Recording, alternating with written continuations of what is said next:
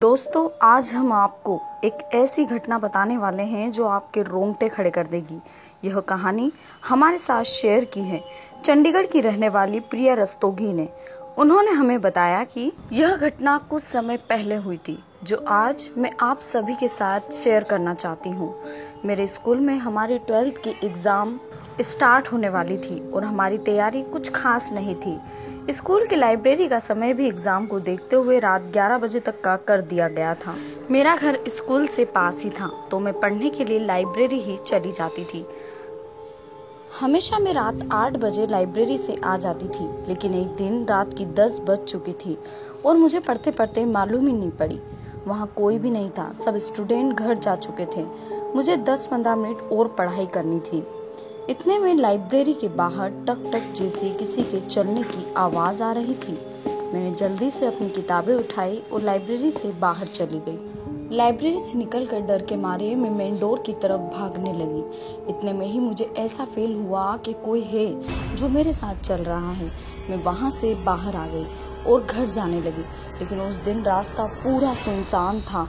रात की 10:30 बज चुकी थी, लेकिन कोई भी वहां नहीं दिख रहा था। मैं घबरा रही थी। इतने में ही एक साया बढ़ता हुआ मुझे दिखा। मैं जैसे तैसे चलती जा रही थी, साया बस आता जा रहा था, जैसे कोई औरत लड़खड़ाती हुई चल रही हो। दोनों पांव और हाथ उसके मुड़े हुए थे। मैं घबरा गई, लेकिन जैसे ही वो मेरे पास आई, उसका भयानक चेहरा देखकर मेरे तो रोंगटे ही खड़े हो गए। उसने कहा, मेरी बेटी कहाँ है? मैंने कहा, कौन? उसने कहा, मेरी 6 साल की बेटी एंजिल कहाँ है? मैं उसकी तलाश कर रही हूँ। मैं क्या करती? मैंने कहा, मुझे नहीं पता। उसने कहा, प्लीज़ मेरी बेटी को ढूंढने में मेरी मदद करो। मेरी बेटी इसी स्कूल में है, लेकिन स्कूल के बाहर मंदिर होने की वजह से मैं अंदर नहीं जा सकती हूँ, क्योंकि मैं एक भटकती आत्मा हूँ। फिर मैंने कहा, मुझे तुम्हारी पूरी कहानी बताओ। उसने कहा, मेरा पति मैं और 6 साल की बेटी इस शहर में हम लोग रहते थे, लेकिन एक दिन मेरे पति ने लॉकडाउन की वजह से जॉब छूटने के टेंशन में लड़ाई में मुझे मार डाला और मेरी बेटी उसके पापा के साथ रहने लगी। एक दिन नशे में चूर होकर हस्बैंड ने मेरी बेटी को स्कूल भेजा और लाना ही भूल गए। मेरी बेटी स्कूल में बाथरूम में कैद हो गई थी। वो अंदर ही अंदर रोती रही, लेकिन ना तो उसके पापा ना ही स्कूल वालों ने मेरी कोई मदद की। मैंने सबसे मदद मांगी, लेकिन मेरे भयानक चेहरे को देखकर सब डर कर भाग जाते थे। तुम मेरी बेटी को ढूंढ दो, मुझे उसकी अभी भी आवाज आती है। आज 5 दिन हो गए हैं, मेरी बेटी अभी भी अंदर है।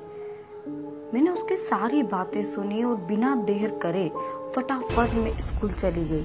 जल्दी से सारे टॉयलेट के दरवाजे खोले और एंजिला को ढूंढा। एंजिला मुझे एक टॉयलेट में बेहोशी की हालत में पड़ी मिली। मैं उसे हॉस्पिटल ले गई और हॉस्पिटल में उसकी जांचें करवाई। तब जाकर एंजिला को होश आया। जैसे ही एंजिला को होश आया, मैं उसे उसकी भटकती हुई माँ की आत्मा से मिलवाने लेकर आई और उसकी माँ से मिलवाया।